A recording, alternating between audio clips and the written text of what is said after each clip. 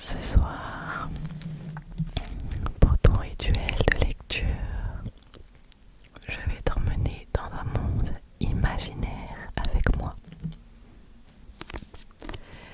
Le monde de Druid.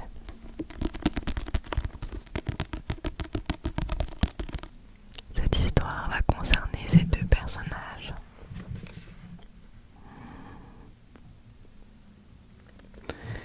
Chapitre 1. C'est le point de vue de Nova. Arrête de t'agiter, Nova.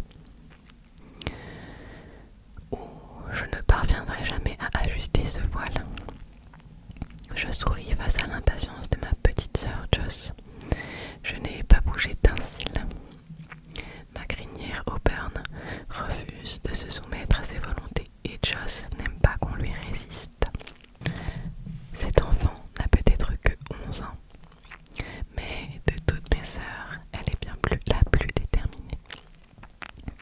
Comme je t'envie, me dit-elle après un soupir adorable. Nous verrons cela quand je découvrirai le visage de mon époux, répondis-je, ma voix masquant mal mes inquiétudes. Elle place sa main sur la mienne, puis, devinant mon trouble, elle m'enlace avant de retourner à ma chevelure rebelle. Je suis sûre que ton prince sera éblouissant. Père n'a marié aucune d'entre nous. Pourquoi toi, à ton avis? Je baisse les yeux sur le plateau en chêne de la coiffeuse, mes joues se colorent. Je me pose la même question.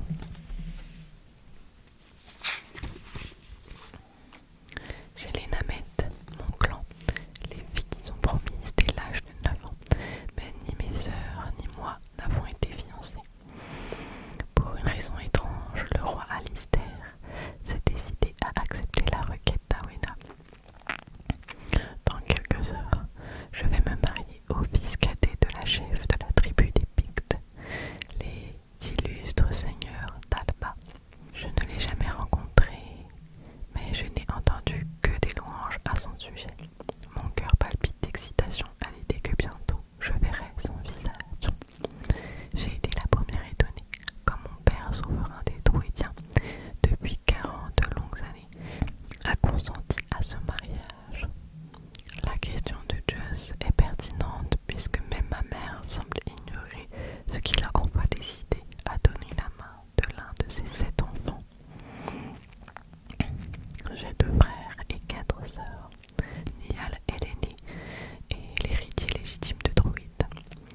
Liam arrive deuxième dans l'ordre de succession, ce qui l'arrange, lui qui chérit dans sa liberté. Nimue, la 3e et première fille du roi Alistair, ce qui la place au rang de princesse guerrière, rendant grâce aux dieux de Tadest. Gladys et Jenna sont jumelles et les plus jeunes de la fratrie. Elles s'affairent justement au dernier préparatif de ma tenue, tandis que Joss s'occupe de ma coiffure. Nimue, l'indomptable, ne viendra qu'à l'heure de la cérémonie, si tant est qu'elle soit à l'heure. Mon frère Liam entre par la porte de ma chambre, un feu chaleureux crépite dans l'âtre. Tu es superbe, Genoveva. J'incline la tête, ce qui me vaut de nouvelles remontrances de la part de Joss. Mon frère m'appelle toujours par mon vrai prénom, que je déteste. Depuis 10 ans déjà, plus personne ne le prononce. Il est d'ailleurs presque oublié dans certaines tribus, fait que je m'efforce d'entretenir. Mais Liam lui s'en moque, et avec le temps j'apprécie que seul mon frère me nomme de cette façon. Pour les autres, je suis Nova, fille cadette du roi Alistair, princesse des Ifs, et je vais me marier à Tristan du clan des Pictes. Mon cœur s'emballe à cette pensée. Tu seras merveilleuse, ma sœur. Merci Liam, j'espère que j'aurai grâce aux yeux de mon mari. J'ai entendu dire que c'est un homme capable et d'une vive intelligence. Je suis persuadée qu'il fera la jeune fille extraordinaire que tu es dès le premier regard. Ma poitrine se gonfle,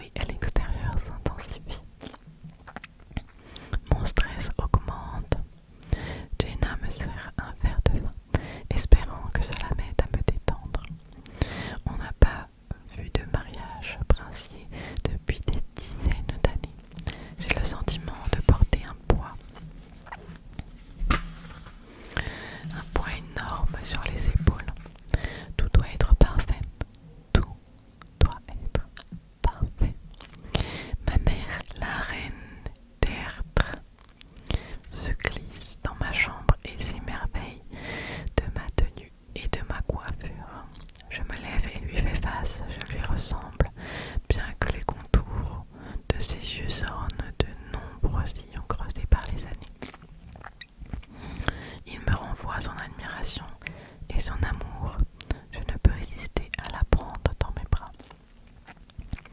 Je n'arrive pas à le croire. Tu vas te marier? Me lance-t-elle, les larmes noyant ses iris ambrés. Dois-je en conclure que ce n'est pas toi qui as convaincu père d'y consentir? Demandai-je en haussant un sourcil mutin. Personne ne peut convaincre ton père, tu le sais bien, Nova. Je m'esclave puis écarquille les yeux en découvrant Nimue qui se joint à notre accolade. Pardana la déesse, m'écriai-je, tu serais donc en avance, ma sœur. Ne te moque pas, rétorqua-t-elle en s'écartant. L'événement est si inédit que je ne peux pas en louper une miette, et puis je souhaitais voir ma sœur encore vierge avant sa noce. Mes joues deviennent écarlates, tandis qu'elle se cause. Je redoute dans ce moment. Vitras, le druide de la tribu, a beau m'avoir expliqué ce qui m'attendait. Je suis toujours morte de peur, bien plus qu'avant ces éclaircissements d'ailleurs. Ma mère pose une main sur mon visage. Tout se passera bien. J'opine de la tête pour la rassurer. Je suis la princesse des Sylphes. Je ne peux pas me permettre de montrer ma faiblesse aux druidiens. Je me dois d'être forte et d'avoir confiance en mon futur époux, Tristan. Tristan, j'espère que tu m'aimeras. Moi, j'ai envie de t'aimer. J'entends le cortège dans ma chambre. Mon frère aîné doit venir prendre mon bras avant de me mener au maître druide du clan, qui me donnera sa bénédiction. Vitras est mon précepteur et mon confident depuis tant d'années qu'il est presque un second père à mes yeux. Je suis émue lorsque Niall se présente sur le seuil, suivi d'une cinquantaine d'habitants de la tribu des Namettes. Pardacta, tu es resplendissante. Je me lève en souriant et rejoins mon frère, le rouge colorant un peu mes joues. Si le prince héritier le dit, alors je vais me décider à le croire. Son visage exprime le bonheur, Niall et la bonhomie incarnée. Il est si bon, d'ailleurs, que je m'inquiète du jour où elle prendra la relève de père. La gentillesse n'est pas la qualité principale d'un monarque. D'après Vitras, à ce sujet, je l'ai une fois interrogée. Quelle est-elle alors? La sagesse, m'a répondu le druide. Les hommes bons ne sont pas toujours sages. Ils attirent les gens les plus mauvais, prêts à profiter de cette faiblesse. Tu considères la bonté comme une faiblesse, me suis-je étonnée.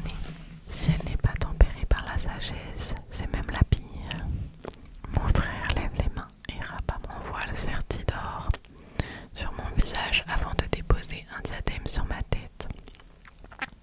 Je n'y vois presque pas quand je lui attrape le bras et trébuche à peine et je mis un pied dehors.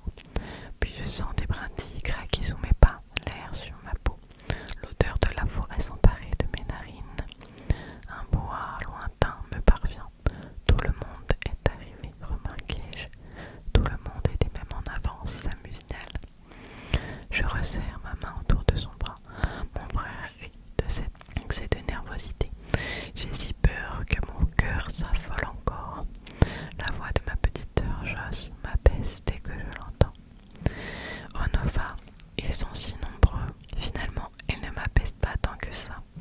Je ressens toute son excitation dans son timbre cristallin d'enfant.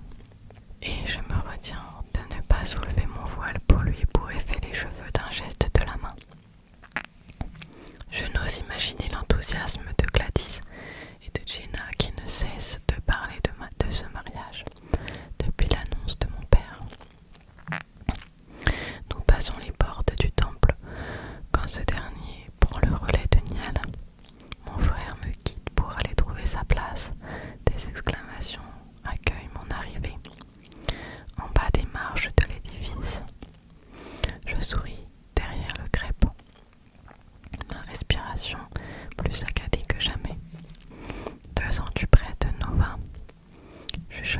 Alistair au creux de mon oreille. Je le suis, votre grâce. Un soupir de satisfaction suit ma réponse. Mon cœur bat plus vite quand nous atteignons le seuil. Je crains presque de défaillir, tant la peur me tenaille. Et s'il ne me trouve pas à son goût, et s'il n'est pas à mon goût, une foule de questions m'assaillent encore alors que nous parcourons la nef du temple. Des applaudissements accompagnent ma traversée. Je sais que Tristan est déjà près de l'autel sacrificiel et je lutte pour ne pas soulever mon voile. Plus que quelques minutes, et le sort en sera scellé. J'avance, le sein palpitant, puis mon père m'invite à monter les quelques marches qui mènent à Vitras, tout désigné pour nous marier. Je devine près de moi la roche parsemée de spirales sculptées au burin, dont le sommet en forme de bac est destiné à recueillir le sang des sacrifiés. Les branches des chênes centenaires chargées de talismans formant une arche naturelle au-dessus de l'autel, et les voilages blancs suspendus à la multitude d'arbres jalonnant les murs du temple. Nous sommes au cœur de la forêt, et les yeux nous regardent. C'est alors que Vitras prononce ses premiers mots. En ce jour de Lughnasadh, je demande que les dieux bénissent cette union, que Dana vous accorde la fertilité, que Lugh apporte la lumière sur votre couple. Je sens les doigts de Vitras attraper les miens. Il pose ma main sur celle de mon futur époux et je tressaute au contact de sa peau. Je n'ai jamais touché un homme et j'ai le sentiment que ma peau me brûle tandis que le druide enroule le ruban d'Alba et noue nos mains devant toute l'assemblée. Que Dagda vous apporte sa chaleur divine et que les esprits vous accompagnent sur le chemin du savoir. Vitras énumère encore les noms de certains dieux. Alors qu'il s'approche, prêt à m'ôter le voile, je suffoque derrière le tissu dans la peur me tétanise. Je ferme les yeux, on y est. Chapitre 2. C'est toujours le point de vue de Nova. La soie glisse de mon visage. Je fais face à Tristan. Nous sommes tout près l'un de l'autre, au milieu du cercle de sable versé par Vitras pour délimiter cet espace. Dans la forêt, j'entends les chuchotements des invités qui se tiennent autour du cercle. Les animaux se sont aussi invités à la fête. Sont-ils tous si nombreux? Je ne le sais pas encore en réalité. Je ne sais rien, si ce n'est le nom de l'homme que je m'apprête à épouser. J'hésite à ouvrir les yeux, moi qui redoute ce moment depuis déjà de longs mois. Comme lui, je suppose. Lui, Tristan, de la tribu des Pics de Dalba, fils du défunt seigneur Callum d'Alba, et vivant dans les actuels Highlands d'Écosse, ma respiration s'accélère. Je m'apprête à relever les paupières pendant que le prêtre psalmodie la prière au Dieu. Je prends une grande inspiration et ouvre enfin les yeux. Ils s'arrondissent lorsque mon regard percute l'homme que je suis sur le point d'épouser. Lui, si à peine, je lui adresse un sourire et baisse un peu la tête pour cacher la coloration soudaine de mes joues. Il est si beau que mon souffle s'est coupé. Ses cheveux châtain clair et légèrement bouclés cascadent au-dessus de ses épaules. Une fine barbe, un ton plus sombre enveloppe sa mâchoire sous ses yeux azur qui transpercent mes défenses. Son port de tête est digne d'un prince. Je décèle les muscles saillants sous son habit traditionnel,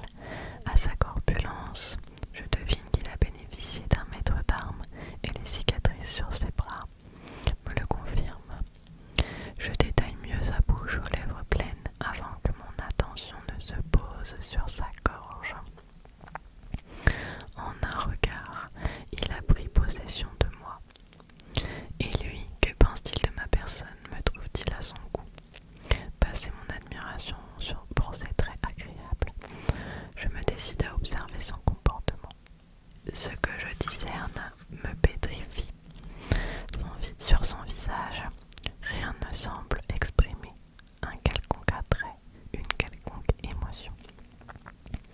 Sa mâchoire se serre. Je sens même la tension qu'il habite à travers sa main nouée à la mienne, comme s'il se retenait de sèchement la retirer. Mon cœur se brise, ma gorge se comprime. Son regard s'assombrit, ce regard bleu, incandescent, qui me brûle et me terrifie. Il est d'une beauté incomparable, mais rien, non rien dans sa façon de m'observer n'inspire la dévotion, l'amour ou quelque autre sentiment, ou alors si peut-être de la haine. Sous le regard de la nature, des dieux, des esprits et des constellations annonce Vitras d'un ton solennel.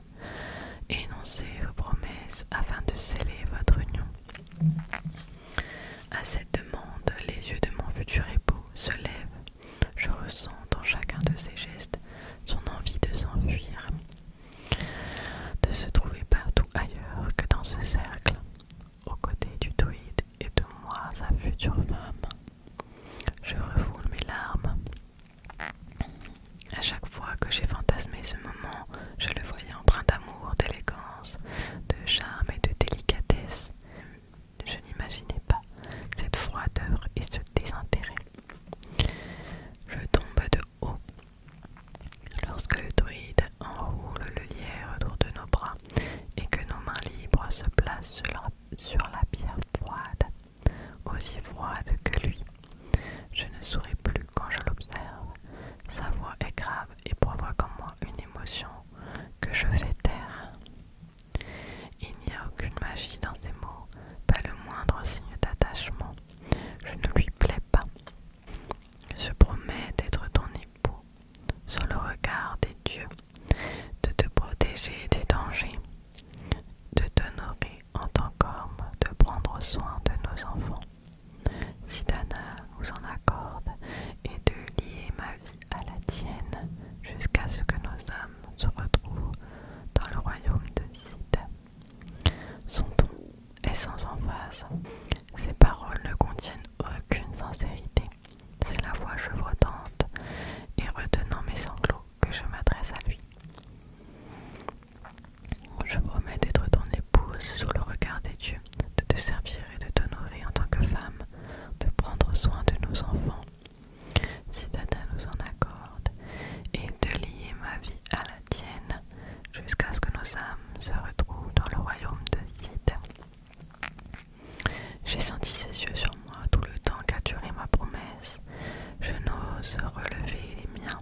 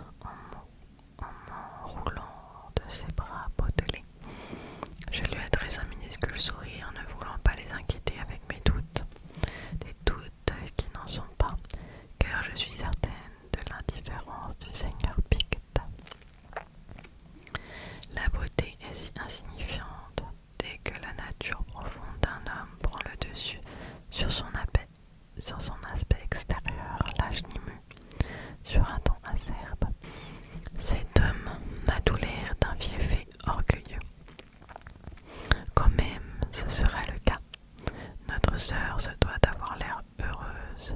L'es-tu, Nova? Mon regard se lève sur Niall. Je ressens l'envie de lui crier que je ne le suis pas, que je suis en train de m'enliser dans un cauchemar et que je préfère refouler mes pensées qui m'amènent chaque fois dans le lit de cet homme qui ne veut pas de moi. Je réponds seulement, je crois qu'il n'est pas enthousiaste à l'idée que je sois son épouse. Qui n'est plus une idée, souffle Liam, tu es son épouse. Ses yeux me rejettent. Si on me forçait à me lier à une femme que je ne connais pas, je pense que les miens en feraient autant. Le coin de la lèvre de Liam se lève tandis qu'il tente de me rassurer. Peut-être a-t-il raison. Je ne sais pas, je ne sais encore rien de Tristan. Même si je m'attendais à un autre accueil de sa part, je ne peux deviner ce qui traverse ses songes. Je hoche la tête en direction de mes frères, résolu à profiter de la soirée malgré mon amertume. Les invités commencent à danser. Je remarque que Kendall, le benjamin de Tristan, est aux petits soins avec mes jeunes sœurs. Je n'arrive pas à distinguer les nonnes. Son aînée, et je me demande soudain si elle est venue se joindre aux festivités. La seigneuresse d'Alba Awena de la tribu des Pictes vient à ma rencontre et ne tarde pas à répondre à ma question muette. Mes filles ont des tempéraments taciturnes, mais Tristan sera un bon époux.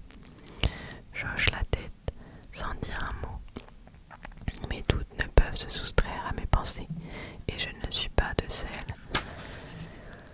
qui mentent pour se sortir d'une conversation délicate. Le silence est souvent meilleur orateur. Votre fils Lennon ne semble pas être des nôtres, remarquai-je.